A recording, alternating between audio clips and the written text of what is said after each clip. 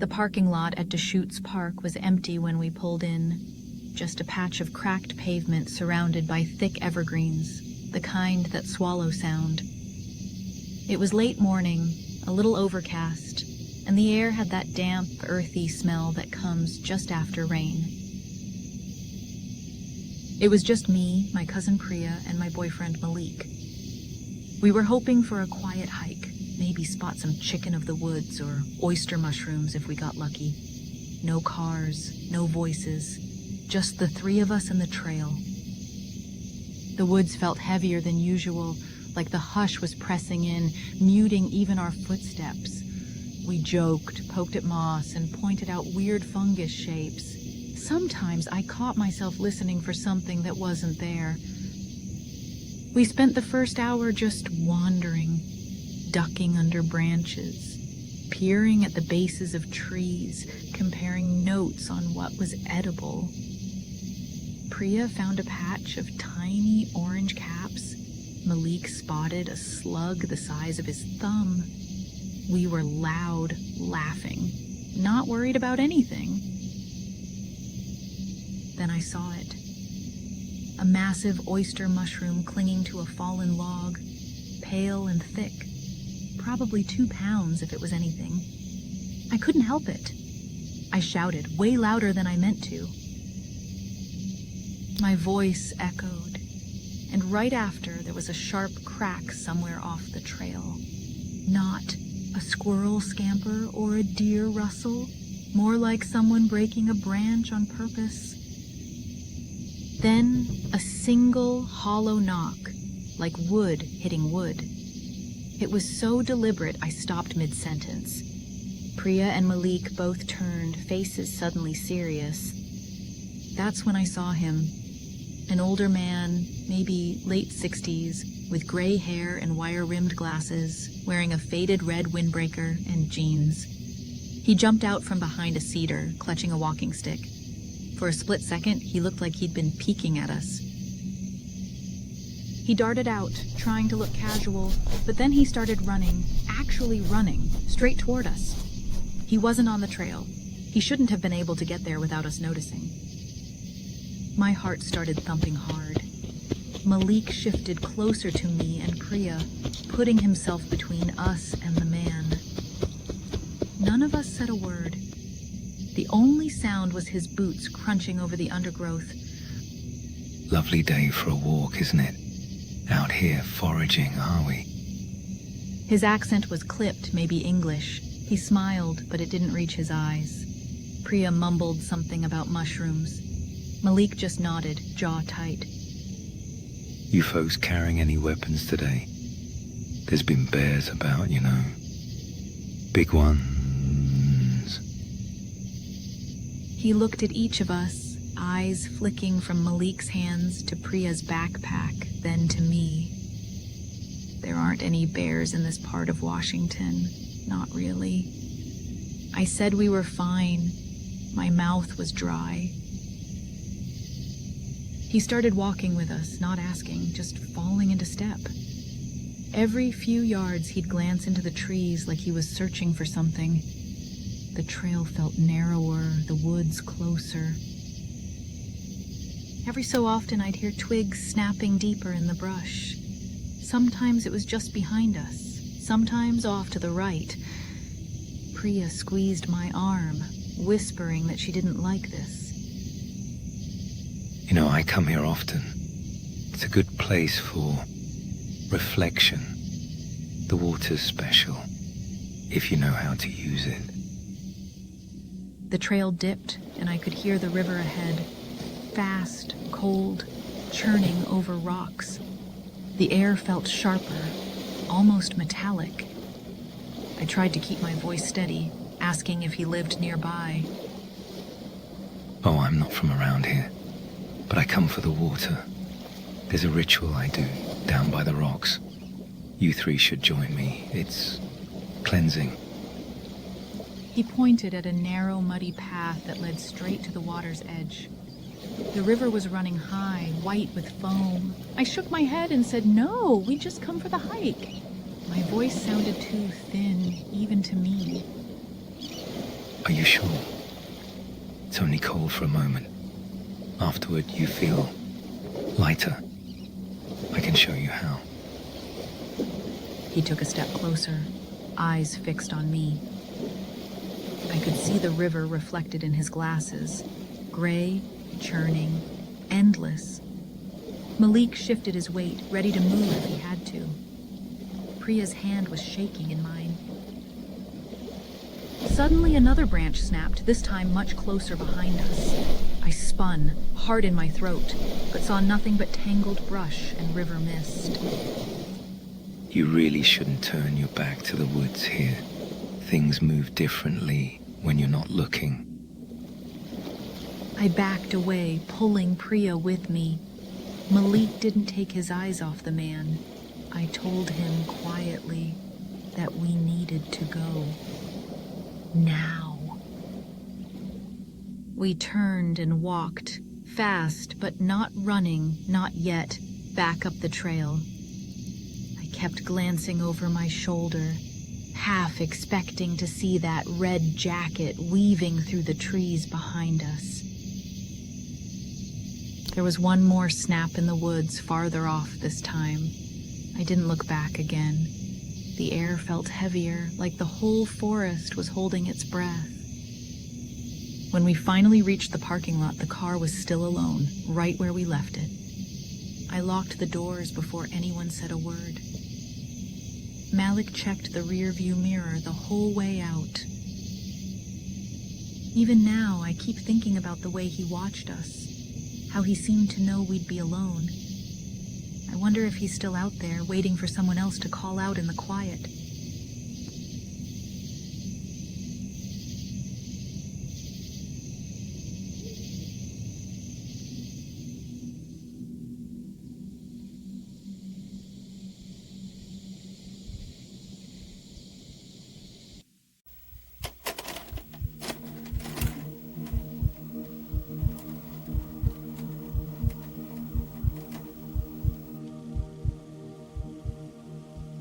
The first thing I remember is the cold, metallic taste of adrenaline as I turned off the main road and watched the last streetlight vanish in my rearview mirror.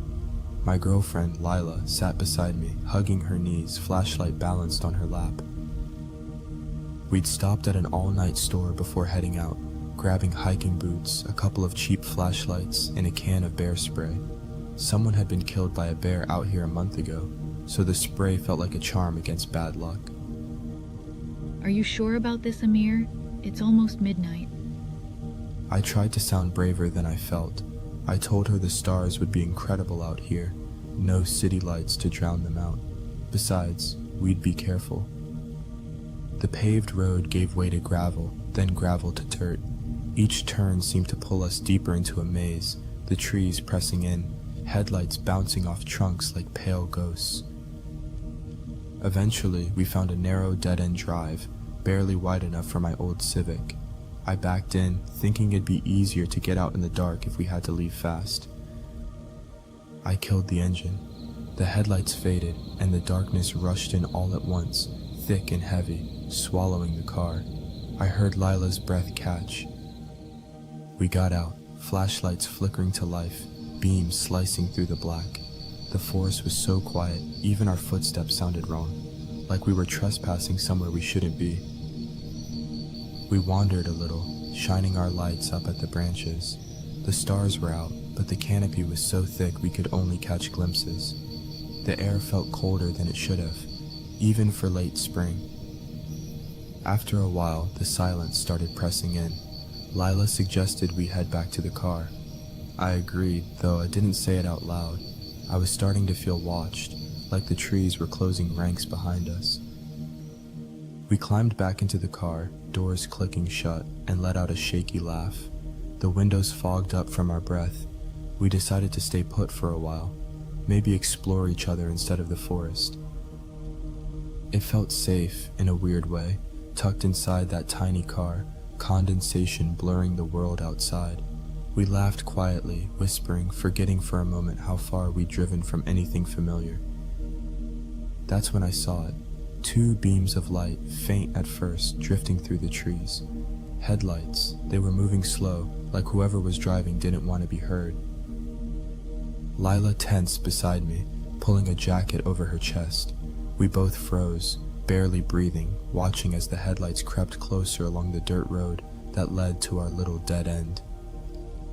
The truck was ancient, rusted, dented, looked like it had been built before my parents were born. Its headlights flickered as it rolled to a stop at the mouth of our drive, engine idling. There was no way out. The truck's front bumper was inches from my own. If we tried to drive forward, we'd have to push past it. I felt my throat close up. I grabbed my phone, hands shaking, no bars, not even a flicker. We were alone, no signal, no weapons except the bear spray, and barely any clothes on. The truck's headlights flared brighter, flooding the car with white light. I could barely make out anything beyond the glare. We ducked down, hoping maybe they'd just move on. We waited. 30 seconds, a minute. My heart hammered so hard I thought it would echo off the glass. The truck didn't move, just sat there, engine rumbling, lights burning into us. Amir, don't move. Please don't move. After what felt like hours, really just 3 minutes, the truck's reverse lights flicked on. It backed out, slow and deliberate, then rolled away down the dirt road, taillights vanishing into the black. We didn't waste a second. I fumbled for the keys, started the car, and tore out of that drive, gravel spitting under the tires. Lila was shaking so hard she could barely get her seatbelt on. The drive out felt endless. Every fork in the road looked the same, each turn a guess. My hands were slick on the wheel. I kept checking the mirrors, expecting those headlights to appear again. We never spoke on the drive back. Not really. Just shallow breaths and the sound of the engine. When we finally hit pavement, I realized I'd been clenching my jaw so hard it hurt. We never went that deep into the forest again. Sometimes I wonder if the truck was just lost, or if someone was waiting for us to step outside. Either way, I don't think I'll ever need to know.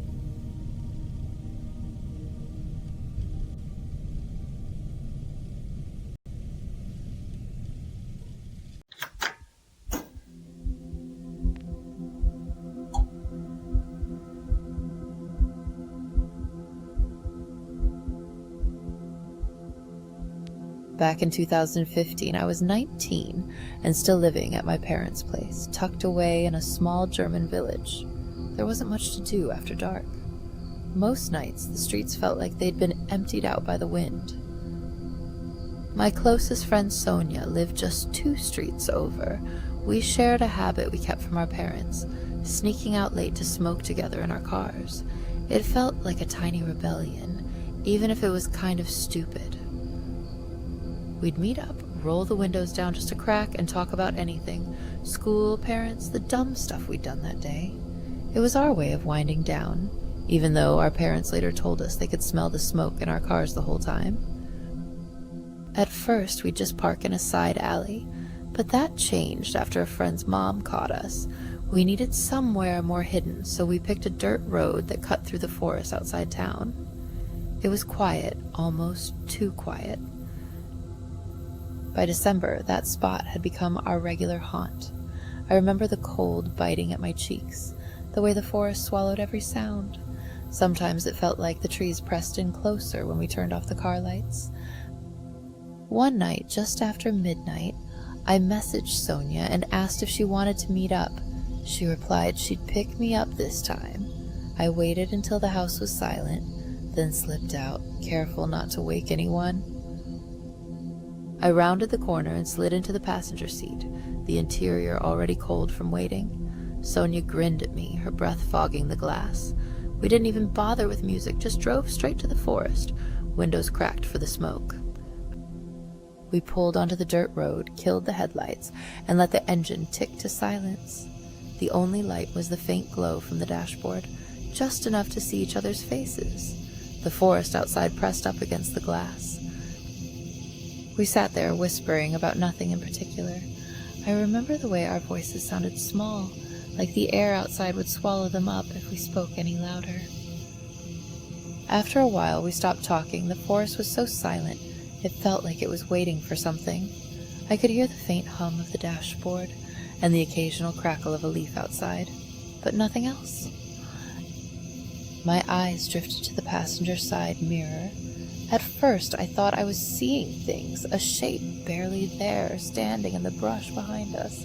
It looked almost human, but the way it held itself was wrong. I froze, not even breathing for a second. Sonia kept talking, not noticing the way I stared at the mirror. I didn't answer her question. I just kept staring, trying to make sense of the shape in the darkness. I whispered to Sonia that I could see someone standing in the woods behind us. She laughed, thinking I was joking, but I didn't say anything else. I just stared, and eventually, she realized I was serious. I told her as quietly as I could to just drive. There was somebody in the woods with us. She didn't argue. She just nodded, her face suddenly pale in the dashboard light. She started the car, headlights still off for a second. My heart was pounding so loud it drowned out everything else. The silence outside felt like it was about to burst. The headlights snapped on as Sonia swung the car around, and for a split second the beams swept over the dirt road and the brush beside it. That's when we saw him. A man close now, closer than before, standing on the side of the road. He turned just as the light reached him and bolted into the trees. It was like he'd been waiting for us to move. Sonia didn't wait. She floored it, and we sped back down the dirt road, not saying a word. The forest blurred past, every shadow suddenly feeling too close. We didn't stop until we were back in her driveway, the engine ticking as it cooled. We sat there, breathing hard, trying to laugh it off, but neither of us really could. We talked for a long time, trying to make sense of it. Was he just out there by chance? Or had he been watching us for a while, waiting for the right moment to get closer? Sometimes I wonder what would have happened if I hadn't looked in the mirror at that exact moment. Maybe nothing, or maybe the silence outside would have broken in a much worse way. We never went back to that spot. Even now, when I drive past that stretch of forest, I keep the windows up and the radio on. The silence there feels too heavy, like it's waiting for someone to listen.